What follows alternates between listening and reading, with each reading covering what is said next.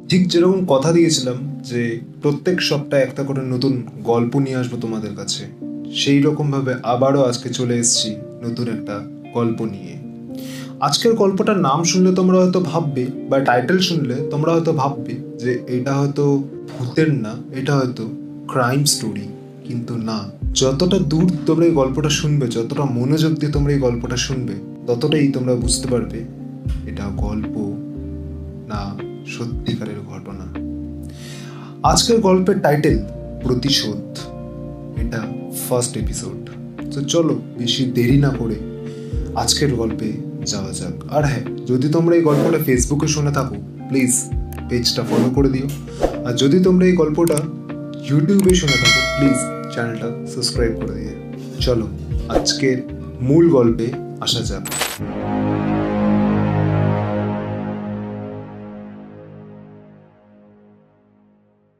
রাত ঠিক আন্দাজে 2টো বাজে।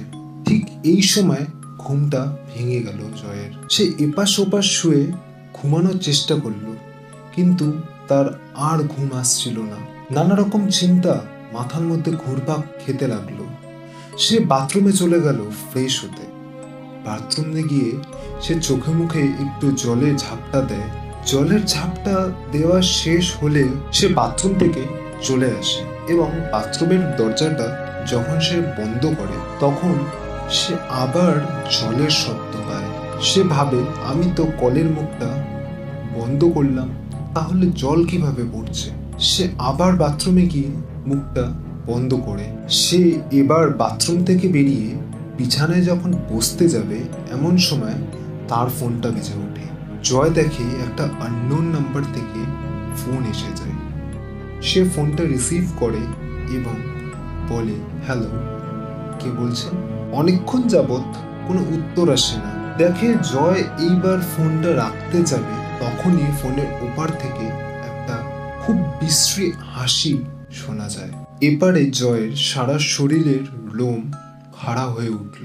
সে বলল, হ্যাঁ, হ্যালো, কে বলছেন? তখন ফোনের ওপার থেকে আবার একটা বিশ্রী হাসি দিয়ে বলে উঠল, চিনতে পারছো না আমায়? চিনতে পারছো না জয় তুমি আমায়? কটা বছরে আমাকে ভুলে গেলে? জয় বলে, কে কে বলছেন আপনি? আপনার পরিচয় দিন। কে আপনি বলুন তো? ওপার থেকে আবার সে বলে উঠল, আমাকে চিনতে পারছো না জয়? এত তাড়াতাড়ি ভুলে গেলে চলবে? কিছু হিসাব তো এখনো বাকি আছে। জয়ের আস্তে আস্তে সব মনে পড়ে যায়। খারাপ অতীতকে সে এত বছর ভুলেছিল, সেই সব কথা জয়ের মনে পড়ল। না, এ হতে পারে না। কে আপনি বলুন তো? কে আপনি? ফোনের ওপার থেকে আবার একজন বলে উঠল, জয়, ভয় পাচ্ছ আমাকে? এই বলে ওপার থেকে আবার সেই বিশ্রী হাসিটা হেসে ওঠে। এবার জয় ভয়ে ফোনটা কেটে দেয় এবং আজ থেকে প্রায় 10 বছর আগের কথা জয়ের মনে পড়ে যায়। জয় একটা মধ্যবিত্ত ঘরের ছেলে। কলেজে যখন বাণিজ্য বিভাগে লাস্ট ইয়ার, তখন ওর কোয়েলের সাথে আলাপ হয়। কোয়েল তখন কলা বিভাগে ফার্স্ট ইয়ার, পড়াশোনা চলছে। এক দেখাতেই কোয়েলের জয়কে পছন্দ হয়ে যায়। কোয়েলই জয়কে প্রথম প্রপোজ করে। জয় কোয়েলকে বলে, ঠিক আছে, দেখছি। এই বলে 2 দিন পর জয় কোয়েলকে বলবে যে ঠিক আছে, কিন্তু আগে যে যার ভবিষ্যৎ, তারপর এই সমস্ত কিছু। তারপর জয়ের কলেজ শেষ হয়। জয়ের ল নিয়ে পড়বে বলে বাইরে চলে যায়। তারপর তাদের মধ্যে আর দেখা সাক্ষাৎ খুব একটা হয় না। তারপর কোয়েলও কলেজ শেষ করে আর পড়াশোনা করে না। হঠাৎ একদিন জয় দেশে ফিরে আসে আর হঠাৎ করেই কোয়েলকে ফোন করে বলে, দেখা করতে পারবে আজকে? কোয়েল খানিকটা অবাক হয়ে ভাবে যে কি হলো ব্যাপারটা। তারপর সেও মনের আনন্দে দেখা করতে চলে যায় একটা কফি শপে। সেখানে জয় আগে থেকেই অপেক্ষা করছিল কোয়েলের জন্য। কোয়েল কফি শপে গিয়ে দেখে জয় আগে থেকেই তার জন্য অপেক্ষা করছে। জয়কে কোয়েল অনেকদিন পর দেখছে। কোয়েল যত জয়কে দেখছে, তত তার জয়ের প্রতি প্রেম আরো বেড়ে উঠছে। খানিকক্ষণ সামনাসামনি দেখা হওয়ার পর দুজনেই চুপ করেছিল। তারপর কোয়েলই কথা শুরু করে।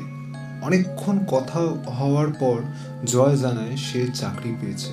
কোয়েল এই খবরটা পেয়ে আরো খুশি হয়ে যায় এবং বলেই ওঠে, এবার তাহলে আমার বাড়িতে সবকিছু জানাতে পারি আমাদের বিয়ের ব্যাপারে। ওটা শুনে জয়ও বলল, হ্যাঁ জানাতেই পারো, আমিও পরিবারের সবার সাথে কথা বলি। জয় বলল। কোয়েল হলো বাবা মার একটি মাত্র মেয়ে।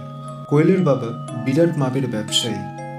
কোয়েল বাবাকে জানায় এবং জয়ের সাথে কথাও বলে। জয়ও কথা বলে কোয়েলের বাবার মনটা জয় করে নেয় এবং বিয়ের ব্যাপারটা সেরে ফেলে। তারপর জয় আর কোয়েলের বিয়ে হয়। বাবা মায়ের একমাত্র মেয়ে বলে কোয়েলের বাবা বেশ ধুমধাম করে এই মেয়ের বিয়েটা দেয়। তারপর জয় ও কোয়েলের হানিমুনের জন্য সুইজারল্যান্ড যাবে বলে ঠিক করে। কোয়েল বাবার কাছে আবদার করে, একটি মাত্র মেয়ে হলে যা হয়। বাবাও এক সপ্তাহ ট্রিপের ফ্লাইটের টিকিট কেটে দেয়। ওরাও মনের আনন্দে সুইজারল্যান্ড পৌঁছায়। বেশ ভালোভাবেই হানিমুনটা উপভোগ করে কলকাতায় ফিরে আসে। কলকাতা থেকে বাড়ি ফেরার পথে ঘটে যায় একটা দুর্ঘটনা। গাড়িটা চালিয়ে আসছিল জয়। একবার মাঝ রাস্তায় গাড়িটা থামিয়ে একটি দোকানে ঢোকে একটা জিনিস কিনতে। কোয়েলও বলে, আচ্ছা আমিও যাবো চলো। কিন্তু জয় বলে, না তোমাকে আর যেতে হবে না, তুমি নয় গাড়িতেই বসো।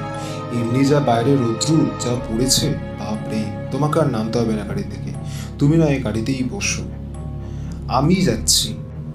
এই বলে জয় দোকানে ঢোকে। সবকিছু বেশ ঠিকঠাকই চলছিল। হঠাৎ করে একটা বড় ট্রাক এসে গাড়িটাকে সুজোরে ধাক্কা মারে। সবাই কিছুক্ষণের মধ্যে দেখতে পেল জয়ের গাড়িটা খেলনা গাড়ির মতন দুবার পাল্টি খেয়ে মাটিতে পড়ল। জয় কোয়েল বলে চিৎকার করে উঠল, কিন্তু সেই ডাক হয়তো কোয়েলের কানে আর পৌঁছালো না। কোয়েল হয়তো চিরতরে ঘুমিয়ে পড়ল। তারপর জয় আগের মতন থাকতে পারে না। সে উকিলের চাকরিটাও ছেড়ে দেয়। কোয়েলের বাবা মায়ের একটা ভরসাযোগ্য ছেলে হয়ে ওঠে। কোয়েলের বাবাও কোয়েলের মারা যাওয়ার পরে সমস্ত কিছু ব্যবসা দায়িত্ব তার জামাই অর্থাৎ জয়ের হাতে তুলে দেয়। হঠাৎ একদিন কোয়েলের মা সিঁড়ি থেকে নামতে গিয়ে পড়ে যান। সঙ্গে সঙ্গে তাকে নার্সিং হোমে ভর্তি করা হয়েছিল। কিন্তু 3 দিনের মাথায় কোয়েলের মাও যেন মারা যায়। কোয়েলের বাবা এত কিছু সহ্য করার ক্ষমতা ছিল না। সে কেমন একটা পাথরের মতন হয়ে গেলেন। একদিন তিনিও শ্বাসকষ্ট হয়ে মারা গেলেন। জয় এত কিছু দেখার পর সেও আর থাকতে পারল না। সে শুধু বাড়িটা ছাড়া সমস্ত কিছু বিক্রি করে চলে গেল। সেখানে গিয়ে সে আবার একটা বিয়ে করল এবং জয়ের একটি ছোট্ট ফুটফুটে মেয়েও আছে। এরকম করেই আজ 10টা বছর কেটে গেল। জয় আজ আবার একা কলকাতা আসে এবং সে কোয়েলের বাড়িতেই উঠেছে। আজ রাতটা এমনিতেই ভালোভাবে ঘুম আসছিল না জয়ের। ভয়ে হাত পা ঠান্ডা হয়ে আসছে। ফোনে কোয়েলের গলা পেয়ে চোখের সামনে 10টা বছর আগের ঘটনাটা ভেসে উঠল কিছুক্ষণের জন্য। সে খাটের মধ্যে স্থির হয়ে বসে রয়েছে। গলাটা শুকিয়ে এসছে জয়ের। হঠাৎ করে দেখলো কে যেন জলের গ্লাসটা এগিয়ে নিয়ে এসে বলল, বাবা বাবা, অনেকক্ষণ তো গলাটা শুকিয়ে বসে আছো, এ নাও জল খাও।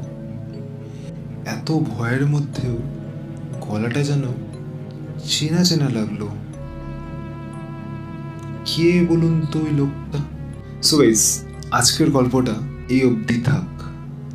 পার্ট 2 যদি শুনতে হয় এই ভিডিওতে বেশি না 4টে লাইক করে দিও। পার্ট 2 খুব শীঘ্রই আসবে। তারপর